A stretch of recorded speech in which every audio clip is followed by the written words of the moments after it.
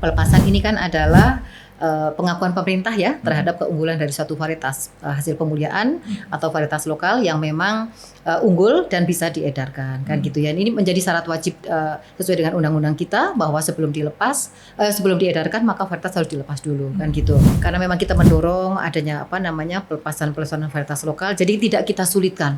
Mungkin image dari beberapa orang kan wah pelepasan itu susah. Apa untuk sasaran targetnya, kenapa dipermudah oleh pemerintah terkait pendaftaran dan pelepasan varietas lokal?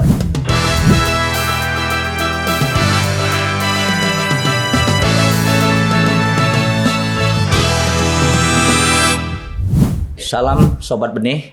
Salam Sobat Benih seluruh Indonesia.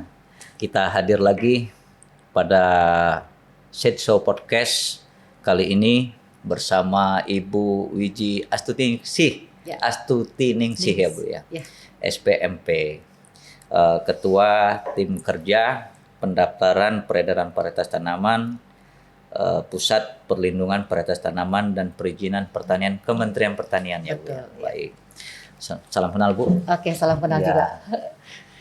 Ya, untuk acara hari ini kita mengusung tema terkait dengan pelepasan varietas tanaman terkait perizinan dan sistem pengelolaan yang dilakukan oleh Kementerian Pertanian Republik Indonesia. Pertanyaan pertama mungkin Bu, yang mungkin terkait sistem. Bagaimana sistem pengelolaan varietas tanaman di Indonesia saat ini, Bu? Oke, baik, terima kasih. Pertama mungkin kami ucapkan terima kasih Pak Ian bisa hadir di podcast Sobat Benih Indonesia.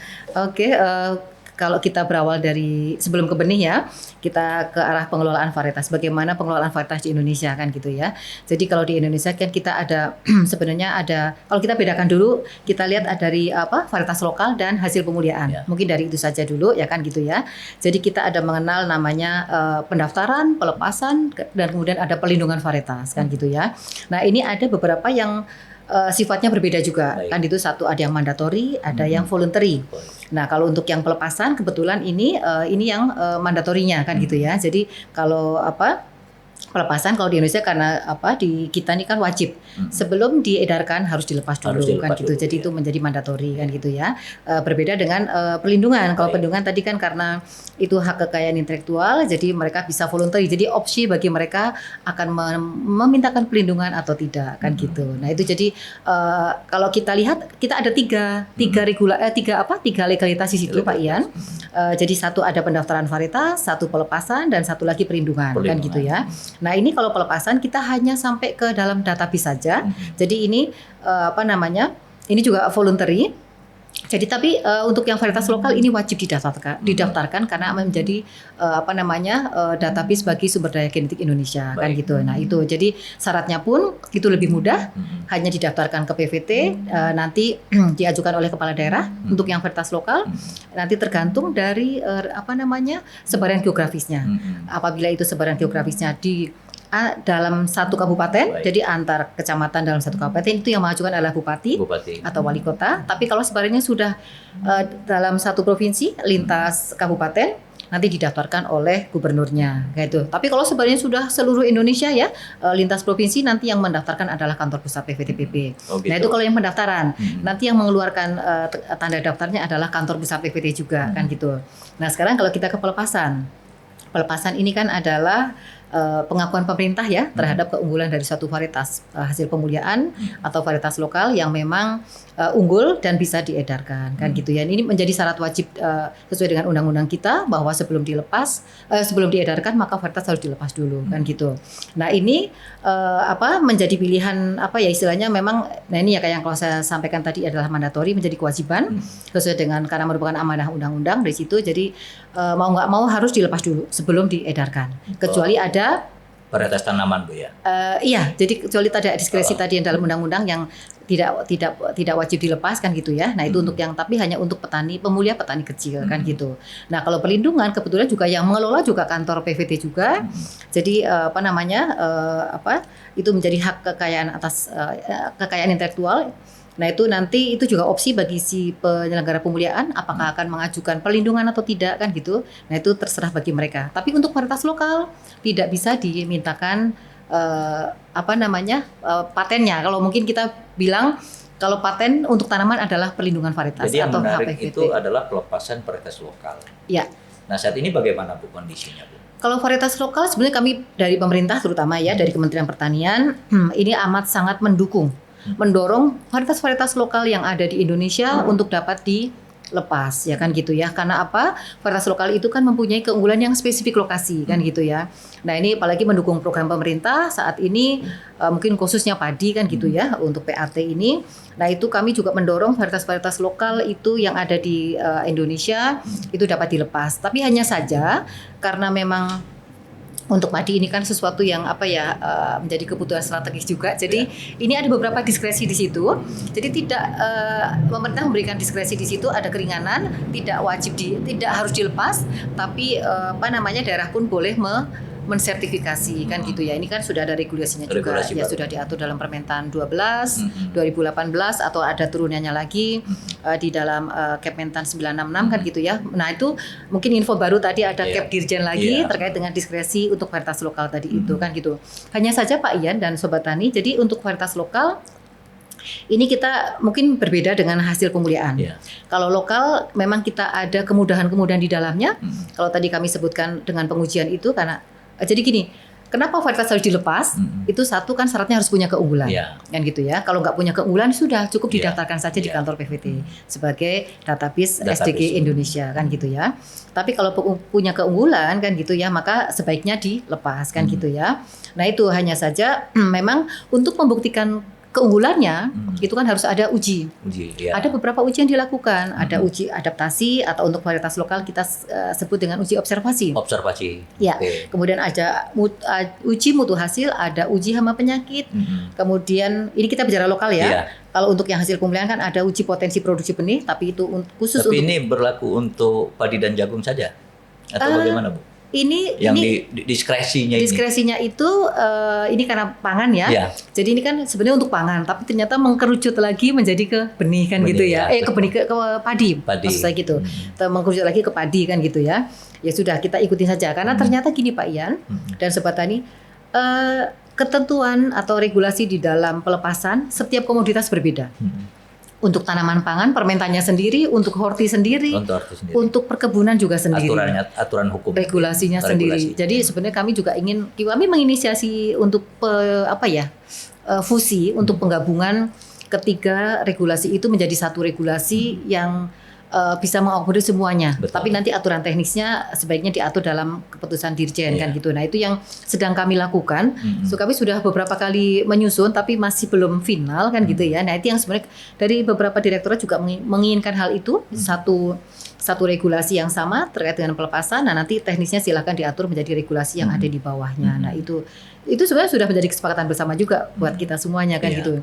Akan memudahkan kesananya karena memang sekarang prosedurnya kan juga harus sama kan gitu ya. Nah nanti ke arah sana. Oh ya tadi kita kembali ke pengujian Pak Ian ya. Jadi untuk varietas lokal itu kita mudahkan. Karena memang kita mendorong adanya pelepasan varietas lokal. Jadi tidak kita sulitkan. Mungkin image dari beberapa orang kan, wah pelepasan itu susah. Perlu waktu banyak, perlu waktu lama, perlu biaya lebih banyak kan gitu ya. Juga tenaga kerja kan gitu. Jadi kalau misalnya tadi kalau hasil pemulihan itu kan misalnya untuk padi atau jagung itu ada di 8 lokasi pengujian. Tapi kalau untuk yang lokal kita cukup di 2 lokasi pengembangan saja. Itu juga sudah betul, itu sudah menjadi kemudahan sebetulnya bagi pemerintah daerah kan gitu ya. Nah, kemudian terkait dengan uji. Uji pun kan untuk hasil pemulihan itu wajib karena misalnya untuk pangan kan ini memang karena hama penyakit juga sudah teridentifikasi dengan baik. Jadi kalau untuk pengujian hama penyakit pun itu misalnya untuk padi, ini harus tahan WBC, harus tahan HDB, ya kan? Untuk jagung misalnya harus tahan bule, Maidis maupun Philippinensis. Tapi untuk lokal ini kita mudahkan dalam proses pelepasannya. Dia melakukan si pemohon melakukan pengujian, tapi syaratnya tidak harus tahan. Artinya ketahanan itu tidak menjadi syarat wajib gitu ya.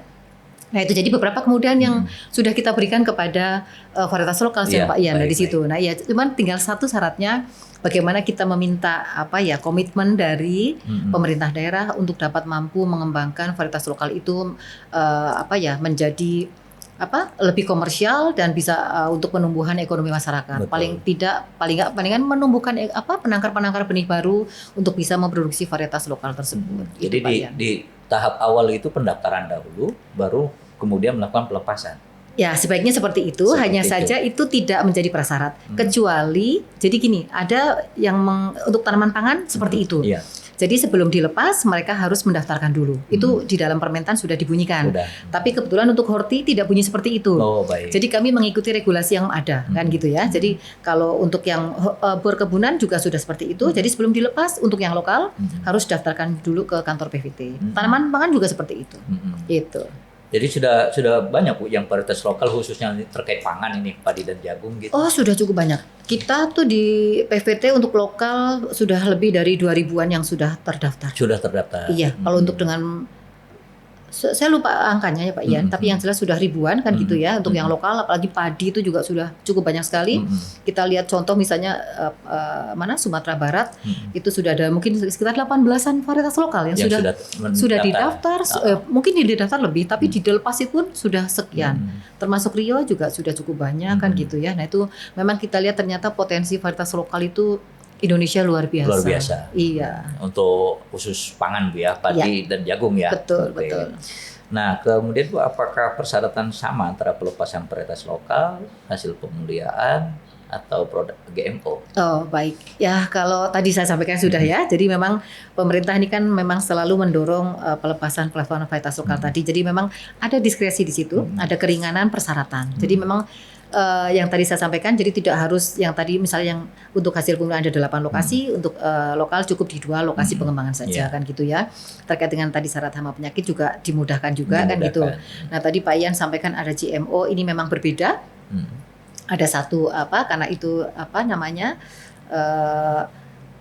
istilahnya ya, karena ada persyaratan lain ya kan. Satu selain harus ada atau memiliki keamanan hayati, sertifikat keamanan hayati, kemudian juga ada uji khususnya di situ. Gitu. Jadi memang kita juga tidak sembarang. Tambahannya Bu. Betul. Jadi karena itu ada sifat satu atau beberapa sifat yang diinsersikan, yang ditambahkan ke dalam varietas yang akan dilepas ini kan gitu. Jadi itu yang membuat berbeda dari yang lainnya dari kan yang gitu. Lokal dan hasil pemuliaan. Betul. Ya. Tapi selama ini mungkin jarang sekali dan belum pernah ada lokal yang GMO yang dari lokal. Lebih banyak dari hasil pemuliaan. Nah itu Indonesia sekarang saat ini nih kita sudah punya 10 varietas GMO Pak.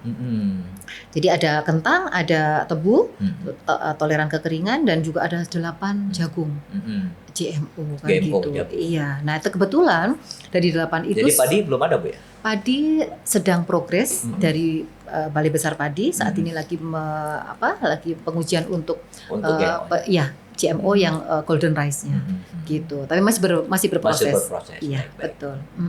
Tadi yang sedikit itu yang GMO tadi Pak. Memang ada uji khususnya di situ. Kalau kita harus memperlihatkan lihat varietas asalnya, apakah sudah dilepas atau belum, dan kemudian syarat kedua kita lihat eventnya.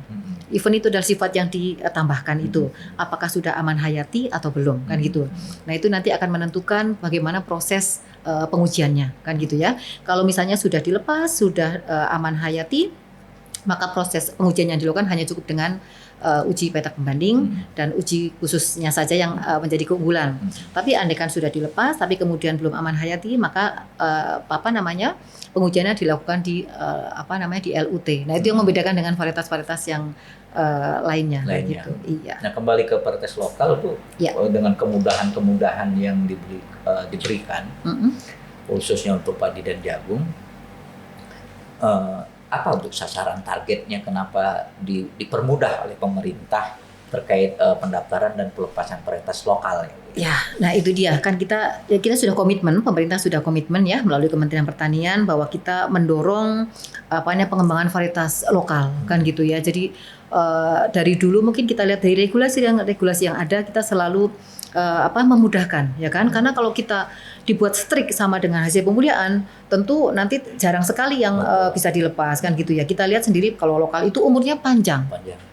bisa lebih dari 4 bulan. Ya kan misalnya mungkin Dayang Rindu atau mungkin di Gorontalo tuh ada apa namanya Ponelo ya.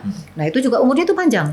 Dan memang apa namanya dari misalnya dia umur panjang bisa lebih dari 4 sampai 6 bulan ya kan usia umurnya kan gitu ya. Kemudian memang tingginya juga rata-rata juga tinggi banget loh Pak Ian, itu bisa 1,5 meter lebih kan gitu ya. Nah itu, apa namanya, kalau kita ngikutin prosedur yang baku dengan sama dengan hasil pemulihan, tentu akan lama sekali.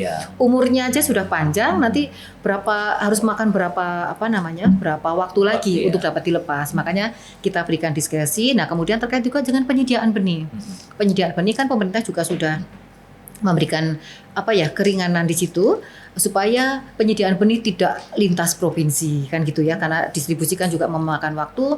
Bagaimana bisa penyediaan benih itu bisa dipenuhi dari wilayah itu sendiri kan gitu. Nah kenapa juga varietas lokal akhirnya mendapat diskresi tidak harus dilepas, tapi BPSP boleh melakukan sertifikasi karena dalam program itu kan syaratnya benihnya harus bersertifikasi.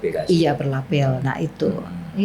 Nah kalau tentang mekanisme permohonan pendaftaran atau pelepasan, baik dia yang secara umum gitu Pak, varietas, kemudian Ibu nanti juga yang terkait dengan varietas lokal karena ini lagi didorong juga, itu berapa lama kira-kira supaya ini juga bisa diketahui publik nih gitu proses untuk yang proses pelepasan atau pendaftarannya? Pendaftaran berapa lama, pelepasan berapa lama? Oke, kalau pendaftaran baik ini jadi ada 2 legalitas ya Pak. Satu legalitas untuk pendaftaran, tadi pendaftaran itu artinya kepemilikan. Ya kan, bahwa misalnya varietas misalnya untuk Dayang Sumbi misalnya kan gitu, itu milik Musirawas. Nah itu tidak perlu cukup waktu lama karena syaratnya hanya ada surat permohonan dari kepala daerahnya, kemudian sudah dilakukan pendeskripsian ya kan, sudah dilakukan karakterisasi oleh daerah, kemudian ada foto morfologi. Jadi hanya 3 syarat itu saja. 3 syarat itu aja.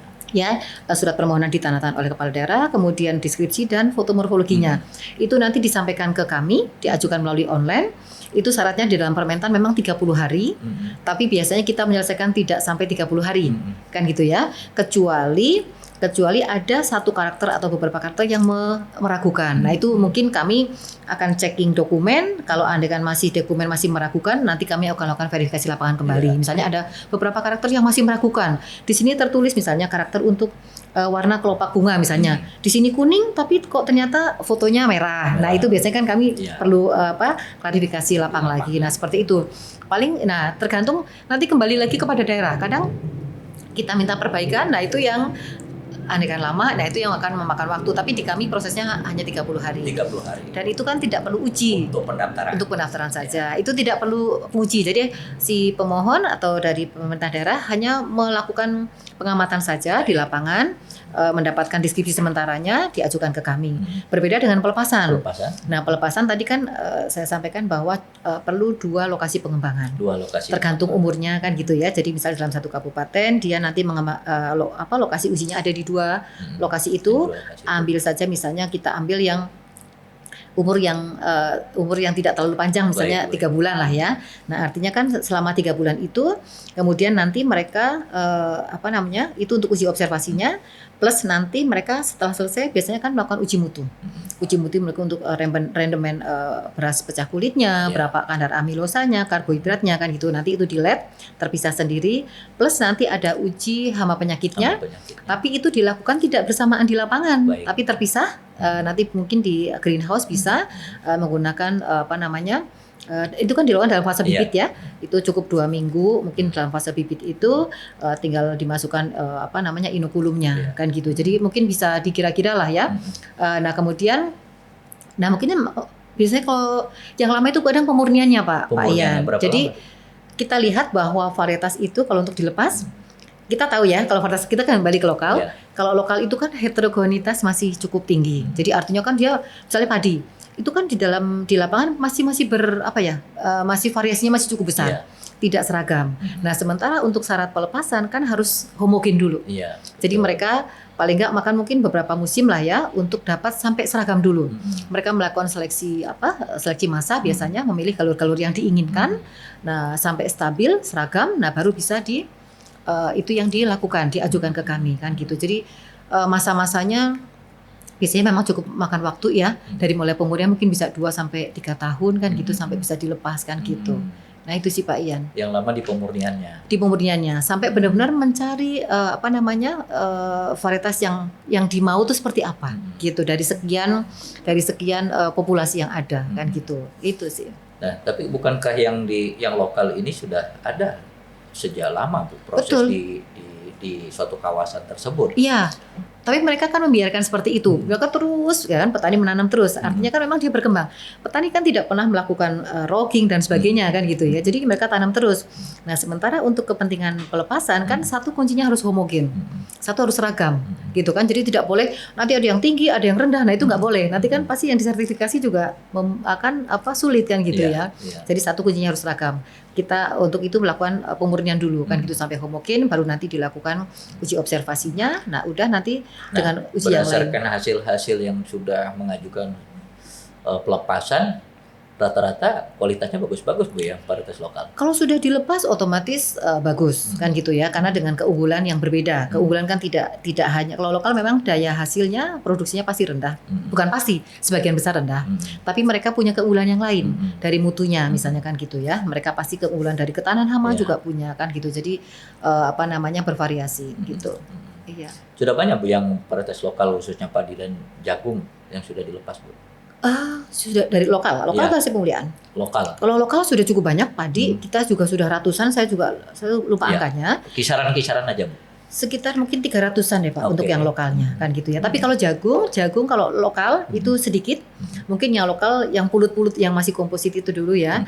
Nah, tapi kan sekarang untuk industri jagung kan mungkin lebih bergairah, jadi lebih banyak hasil pemuliaan yang dilepas. Jadi untuk lokal. Nah, itu yang lokal ya, varietas lokal. Kalau hasil pemuliaan? Hasil pemulihan untuk jagung ini sudah luar biasa. Jagung luar biasa. Iya, banyak Padi? sekali. Padi juga sudah cukup lumayan banyak karena sekarang kita lebih ke arah kayaknya kalau kita lihat arah pemulihan untuk padi ini tidak lagi kepada produktivitas juga kan gitu ya. Sekarang saya lihat dari pemulia itu lebih mengembangkan padi-padi yang mempunyai nilai ekonomi tinggi kan gitu ya. Misalnya untuk kadar protein tinggi ya kan, kemarin yang zinc juga ada kan, atau Fa yang tinggi. Nah, ke arah sana. Jadi mungkin arah pelepasan, arah pemulihan sudah berkembang kan gitu ya. Tidak cuma mencari produksi saja, tapi mencari nilai plusnya dari keunggulan dari mutunya kan gitu. Iya. Oh, jadi kalau kisaran angka Bu kira-kira untuk yang sudah dilepas hasil pemulihan itu kisaran berapa Bu untuk padi, untuk jagung, itu gambaran aja. Padi Pak, kalau padi luar biasa. Saya tuh lupa angka persisnya, hanya saja kalau padi yang sudah dilepas sudah ada lebih dari 500 varietas. Iya, betul. Hasil pemulihan. Itu mix ya, pemulihan dan lokal. Dan pemulihan dan lokal. Iya, termasuk hibrida juga di situ. Ya, lebih dari 500. Lebih dari 500 yang sudah dilepas. Cuman yang berkembang di masyarakat tidak lebih dari 100 kan yang gitu. Diterima masyarakat. Iya, kan kita kalau lihat dari inventarisasi varietas itu kan mungkin tidak terlalu banyak ya. Ada mungkin spot-spot di beberapa wilayah saja, tapi mungkin yang kan kemarin kan habis acara di Bandung tuh, gebiar tuh tanam. Iya. Demplot. Betul. Gitu percobaan. Iya, display varietas. Gitu. Ternyata banyak juga Bu kalau 500-an yang sudah dilepas. Banyak Pak. Tentunya kan memiliki standar quality yang bagus. Ya, standar yang dulu dan kan ini kalau kita menentukan standar itu kan agak dinamis ya. Betul. Jadi mungkin standar yang dulu itu dengan standar yang saat ini ada itu juga sudah berubah. Mungkin seperti dulu kan kita pernah mengklasifikasikan ada varietas produksi tinggi, rendah, sedang. Ya kan? Dengan beriringnya waktu ternyata itu sudah berubah lagi. Ya kan gitu ya. Jadi ternyata sekarang profitabilitas juga lebih tinggi, otomatis untuk VPT-nya juga akan lebih tinggi lagi kan gitu. Jadi klasifikasi itu juga berubah kan gitu seiring dengan perakitan varietas itu kan gitu. Itu untuk padi. Kalau untuk jagung Bu yang hasil pemulihan sama lokal lah, gambaran aja kira-kira sudah berapa banyak pelepasan? Jagung itu juga cukup banyak juga Pak. Kalau nggak salah lebih dari 200 lebih ya. Untuk varietas yang sudah dilepas, baik itu komposit maupun hibridanya. Terutama sekarang hibrida tuh juga cepat banget. Ya, apalagi dengan program tanaman pangan ini untuk untuk padi jagung itu luar biasa juga.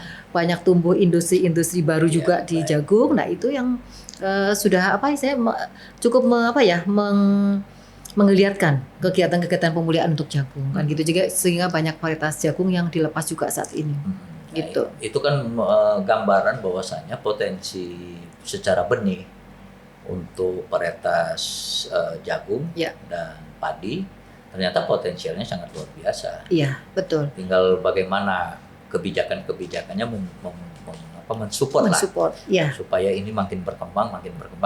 Betul. Kalau jagung insya Allah tidak diragukan lagi Pak Ian, Ya. ya kan. Jadi kalau jagung memang dari swasta itu sudah cukup mampu untuk penyediaan benihnya. Tinggal kan, gitu. ketersediaan. Iya, nah Itu nantinya betul. Iya. Jadi kalau bicara potensi ya, kalau berdasarkan penjelasan Ibu yang sudah terregistrasi oleh pemerintah, saya bilangnya terregistrasi lah, terdaftar oleh pemerintah, baik dia sudah terdaftar maupun sudah bisa diedarkan ke masyarakat, sangat luar biasa, sudah banyak sebenarnya. Nah tinggal ini bagaimana supaya lebih dipercepat lagi. Nah tadi makanya saya pertanyakan soal waktu. Kalau Ibu berdasarkan penjelasan Ibu tadi, saya telah gitu, ternyata bisa sampai setengah tahun nih untuk ininya aja sebelum pemurnian ya Bu ya. Proses awalnya aja bisa 6 bulan ya.